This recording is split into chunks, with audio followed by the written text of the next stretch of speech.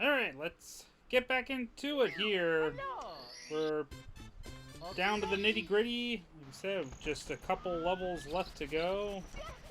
Granted, they are levels that could be rather awkward to do, depending on how badly the randomizer decides to mess with me.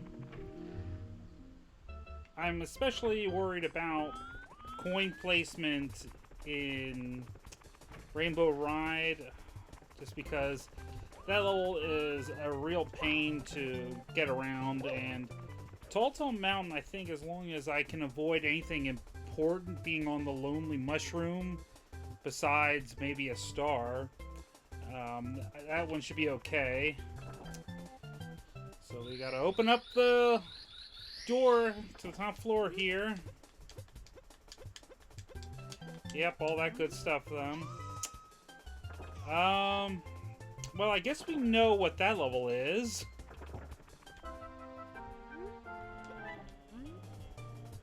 Alright. I think there's at least one or two more toad stars that I don't have, but... well, there's at least one of them.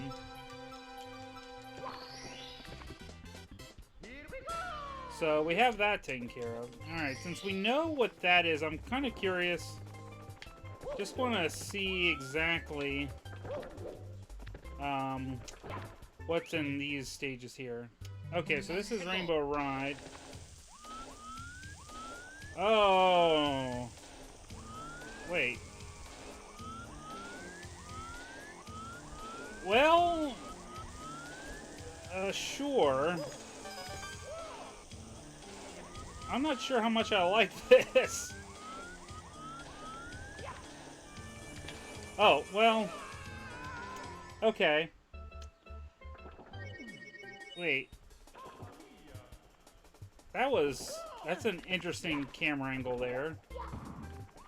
Alright, so that's inside that stage there. Let me just take a peek and see what's inside this one. Oh, okay, so the hidden aquarium. I guess that's true. I didn't get this stage yet. I don't think. I love this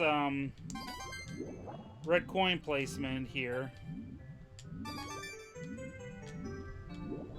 Fortunately, it's a level where them being at really odd places doesn't make it entirely impossible, but anyway.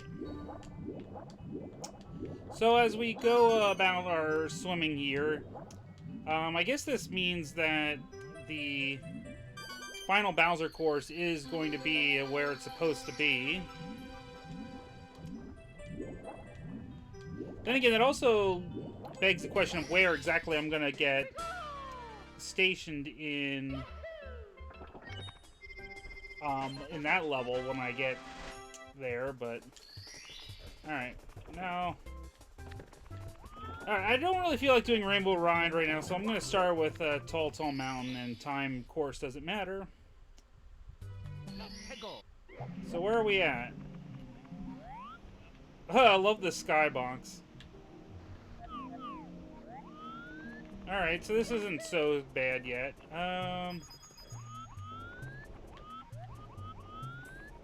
So there's nothing around about on the mushrooms that we can see. That's a good sign. Alright, so let's just grab you.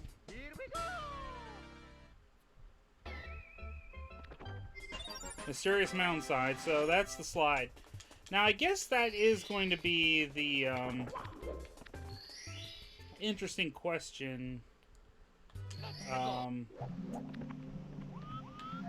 In terms of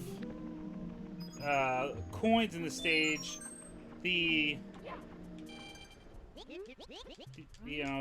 slide does have a lot of them. I don't know why. It doesn't look like I will need that, but whatever. Yeah. So, yeah, we'll oh, that's wonderful. Amazing slowdown here. Sure. I guess I'll just live with the slowdown there.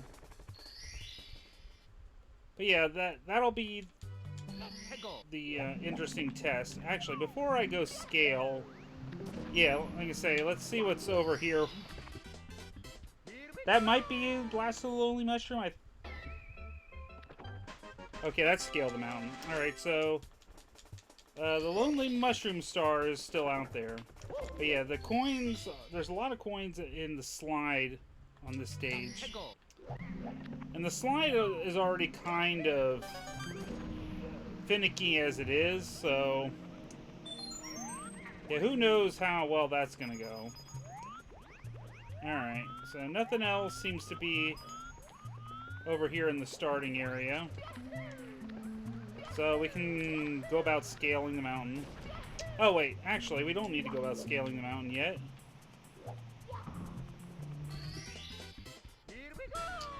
Thank you so much. Breathtaking view from the bridge. Alright, so we still have not found the Lonely Mushroom Star.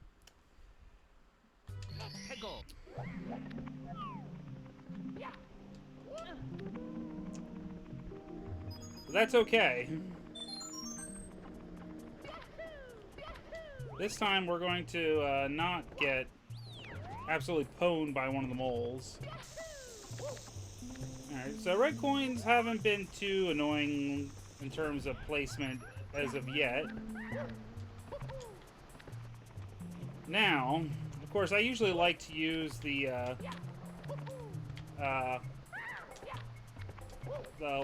Lakitu. Yeah, oh, that's great. Yeah, I usually like to use the Lakitu. Well, not the Lakitu, that's a Shy Guy there. What am I talking about? I can't think, but yeah, I usually like to use him to cheese my way across that platform. Alright, well, let me take this vine pathway here. Make sure... Yeah, okay. Just make sure we can get up here without taking forever. So, I did have one thing I kind of was thinking about discussing a bit. Oh, there is that Shy Guy in question. Hey, the cloud's still where he's supposed to be. Anyway. So, the newest Jurassic Park movie releases technically today. I have plans to go see it tomorrow. Normally I would be definitely eager to go watch right on the release date, but anyway, I know the kind of early buzz was like the review aren't great. I kind of expected that just because that's kind of been the way it's been trending in terms of the franchise. Just, well, it's not a critical darling anymore. Now I just want to. Okay, sure. Yeah, I'm a pretty big fan of the Jurassic Park franchise in general.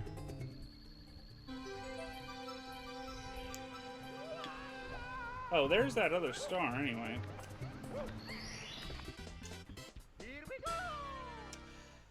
So, it's hard for me to talk objectively about the franchise. I know I don't really care about, you know, what reviews say, strictly speaking. Alright, and like I said, I did see another star there.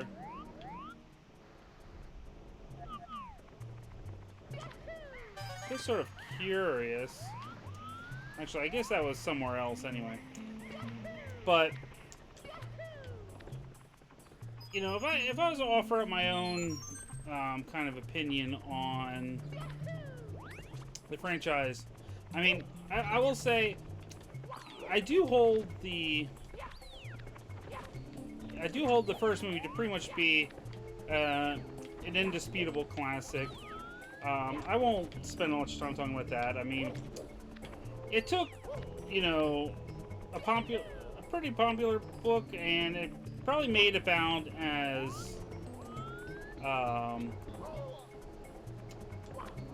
good as an adaptation as you would expect. It basically changed things that can afford to have been changed. Like, make some of the characters more relatable for, you know, a film. You know, guess it doesn't matter about spoilers for, you know, movies that are, you know, over 20 years old at this point. But all right, so let me get up to where the mountain is, because that's going to determine exactly how much of a pain in the butt this is. But yeah, I can get some of these coins. Yeah, some of those are kind of a definite no. Oh, well, there is that win there, but it didn't catch me. But yeah, anyway. So yeah, like in the book, John Hammond is much more of the kind of stereotypical money-grubbing kind of person, not the more sympathetic figure that Richard Attenborough portrayed. I think for the movie, that was definitely a smart move. You know, having the character be much more well-meaning and not just sort of like, oh, you know, I'm just setting up this park to make a boatload of money. I think was definitely the way to go. And to agree, some of their characters kind of changed. I mean, like in the book, Dr. Grant is rather different from his movie version. And, you know, in the movie, he's kind of annoyed by kids. You know, he's not really, you know, into the whole kids kind of pestering him about things and whatever. You know, in the book, he's a much more kid-friendly person because he just really likes how enthusiastic they are about dinosaurs. Once again, I mean, it gives him a character arc for the first movie, and the Ian Malcolm character, I guess you could say is a much more kind of insufferable character in the book. Basically there to be like, I'm smarter than you are and all that good stuff, but alright, let's see how many coins we get. I've got to take this very kind of slow because this slide is rather treacherous.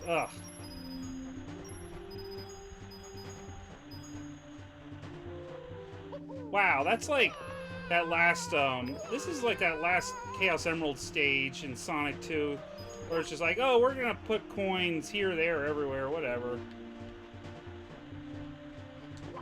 Yeah, how am I supposed to get all those in one go? Ugh. Ugh. Oh, I fell through the slide. Man, that sucks.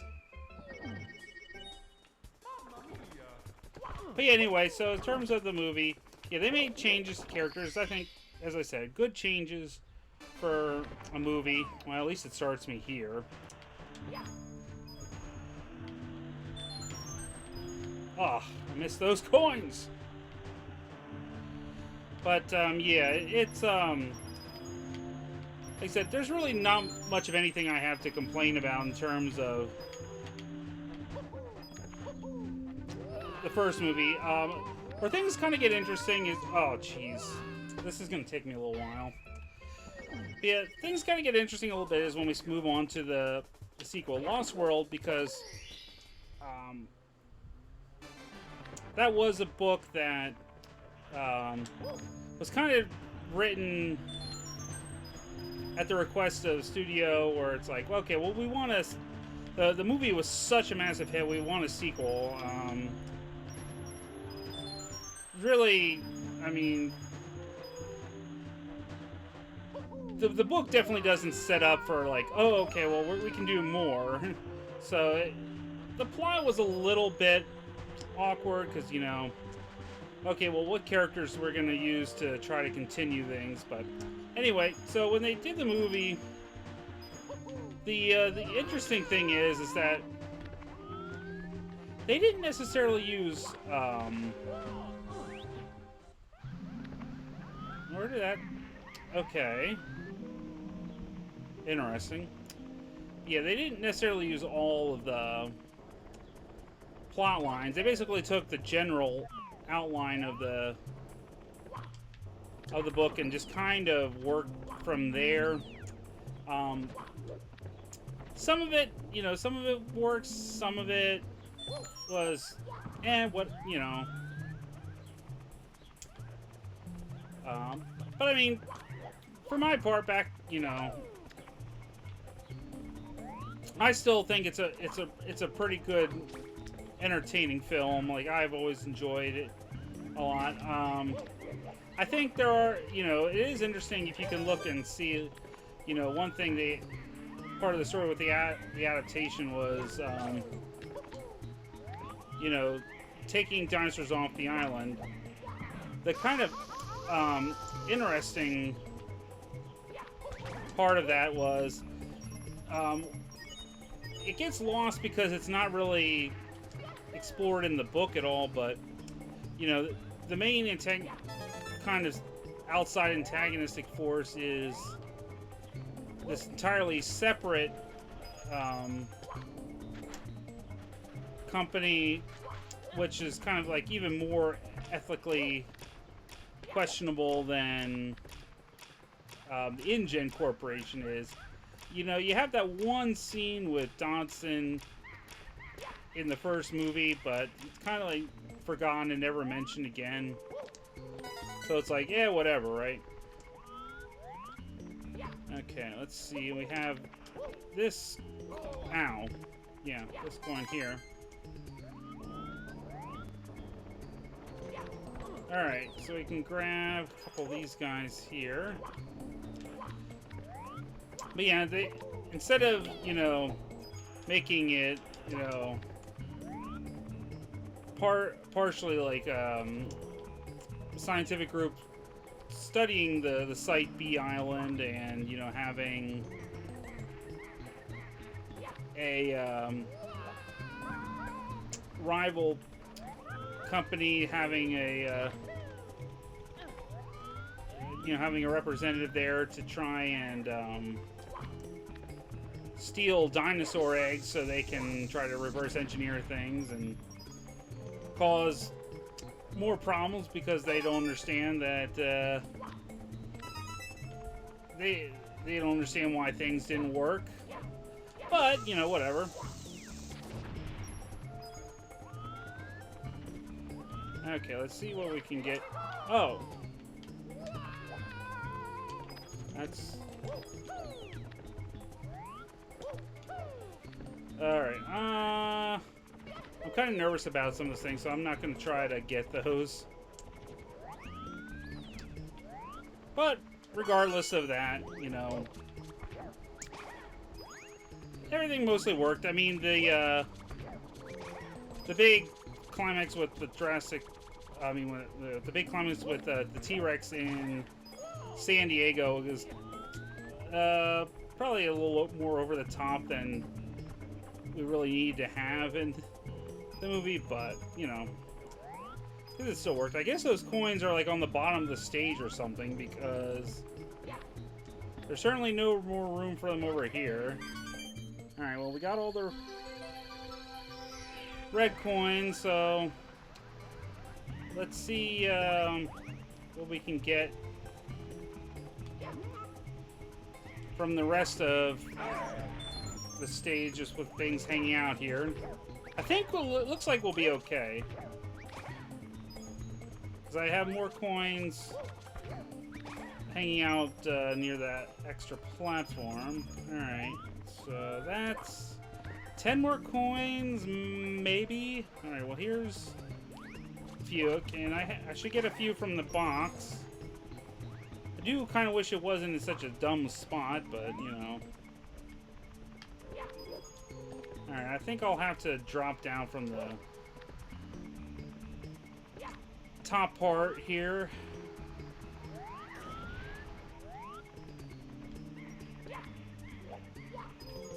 Alright, well, whatever. That still worked. Alright, let's see. I'm gonna regret doing this. No! What? Oh.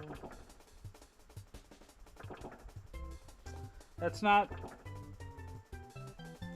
That's... Oh. Great.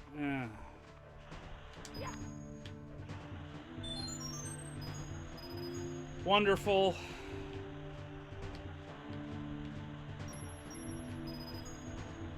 I love it.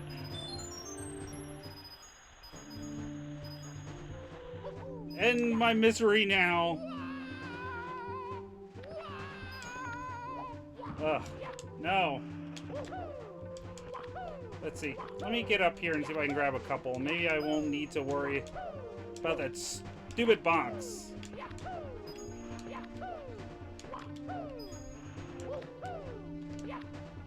Alright, let's see.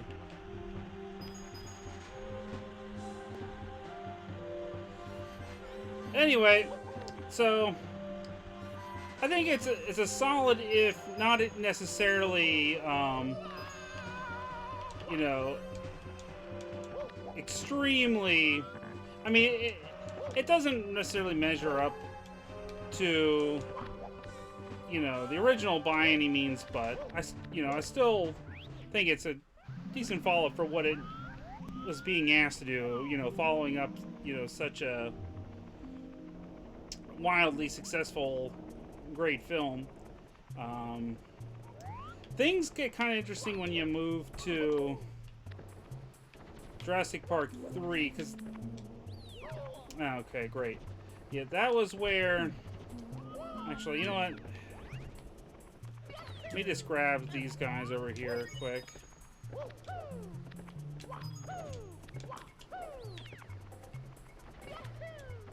But yeah, that's where we started to have to take the entire plot, you know,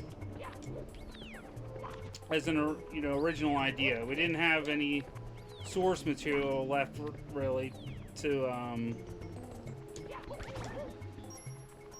draw a reference from anymore. So I don't know why.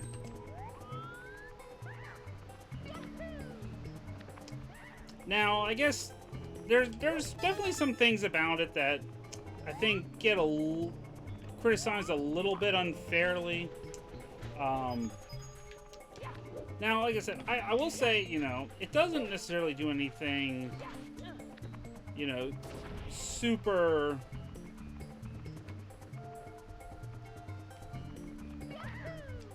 It doesn't necessarily do anything, like, super creative plot-wise. Now, what I do think is it does sort of take, like, a simple concept that I think, honestly, is rather realistic. Like, I can see, you know, there being a kind of black market, you know, tourist business around, you know, Saipi Island. I mean, you could probably argue that realistically it would be safeguarded by, you know, government agencies a little bit stronger than it shows as being, but, you know, whatever. I don't think that's necessarily a make or break plot line, you know.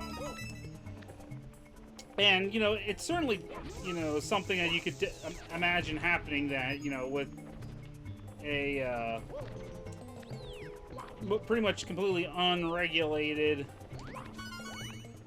you know, tourist industry, that one way or another people would probably end up getting lost, or some bad accident would happen that would lead to, people getting stranded on the island. I mean, stuff like that definitely does happen. Okay, let's see. So we got that. I think now we got enough coins that I'm not gonna have to play brain dead games with the bouncing box. All right. Yeah. So I need. I'm gonna need one more, I guess.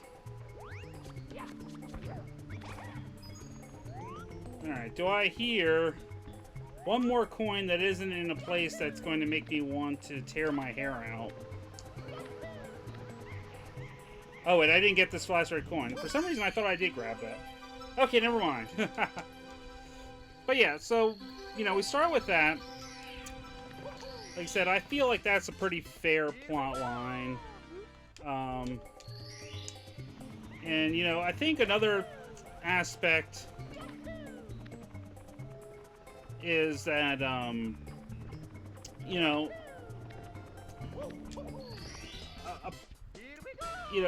doing what they had, I mean, it was a pretty simple concept, but, you know, it's one of those things where I feel like I read that they had a messy production, and, you know, that's kind of not necessarily an excuse, but I feel like the fact that the movie had any level of coherency to it. Oh, look, there's another toad over here. Yeah, the fact that it had any level of coherency to it, you know, was pretty impressive. You know, so I'm not gonna say too much about that. Well, running out of time here, so yeah, I'm not gonna get into that. And yeah, so when I come back next time, I guess we're gonna get to do Rainbow Ride, and it'll probably be sometime after I'll have watched the latest Jurassic Park movie. So maybe I'll talk about all the Jurassic World sequel trilogy, I guess we can call it, when I get back. We'll see what happens, or maybe I'll have something else I want to talk about. But getting to talk about old Jurassic Park movies while I struggled with Tall Mountain in a rather obnoxious way. Probably, there's worse ways we can spend our time. Just kind of curious if there's any other toads, but yeah, I'm not going to go in here, but any other toads hiding up here? I don't know, there's probably at least another one somewhere that I missed, but they're not really important because I can't get 120 anyway. Alright, well, until then, I will see you guys later.